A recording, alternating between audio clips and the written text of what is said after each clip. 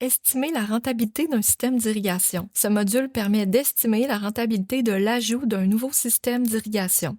Contrairement aux trois autres modules, le module de rentabilité n'est pas lié aux exploitations vu l'aspect fictif des scénarios qu'on doit y renseigner. Il est donc nécessaire de recréer un nouveau scénario. Toutefois, les étapes 1 à 3 ont été allégées afin de ne demander que les questions vraiment utiles. On va prendre ici l'exemple de l'achat d'un canon enrouleur pour irriguer une parcelle de maïs dans un sable qui contiendrait une fraction grossière. La majorité des cases renseignables ont des valeurs par défaut qui sont éditables dans les cases blanches. Mais trois questions doivent obligatoirement être répondues à l'étape 4 et ce sont ici le type de système pour lequel vous voulez estimer la rentabilité, le coût de l'investissement, on se pose ici un coût de 50 000 $.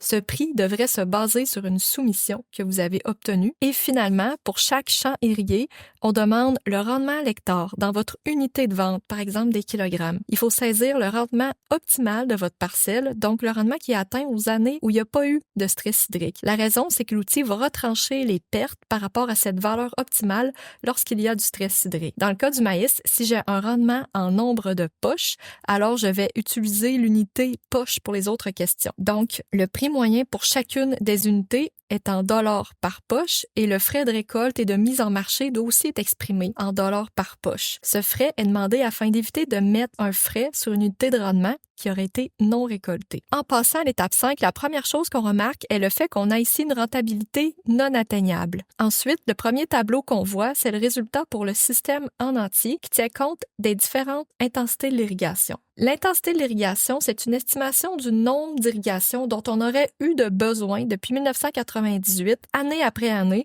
pour éviter un stress hydrique. Le nombre d'irrigations correspondant se retrouve d'ailleurs à la ligne nombre d'irrigations. Le calcul de la rentabilité repose sur l'évaluation des pertes de rendement, ça c'est important, que le système d'irrigation décrit aurait pu vous éviter pour l'ensemble des cultures visées à être irriguées dans votre scénario. D'ailleurs, si je descends un peu plus bas, j'ai un tableau pour chaque culture que je souhaite irriguer avec mon système. Ici, c'est simple, il n'y en a qu'une et c'est le maïs sucré. Estimo attribue des pertes de rendement automatiques pour différents types d'intensité de l'irrigation. Mais ces valeurs sont modifiables. Par exemple, si vous savez déjà qu'aux années sèches, qui sont dans la catégorie intensité élevée de l'irrigation, où une moyenne de 7,5 irrigations a été requise selon le modèle, vous avez perdu environ 40 % de rendement net. Vous pourriez ajuster le pourcentage de perte et recalculer l'estimation de la rentabilité. C'est des valeurs conservatrices de perte qui ont été mises en valeur par défaut. Ici, on voit qu'on passe d'un système avec une rentabilité non atteignable à une rentabilité qui pourrait être atteinte sur 11 années. Dans l'interprétation des résultats, il faut garder en tête que le calcul suppose que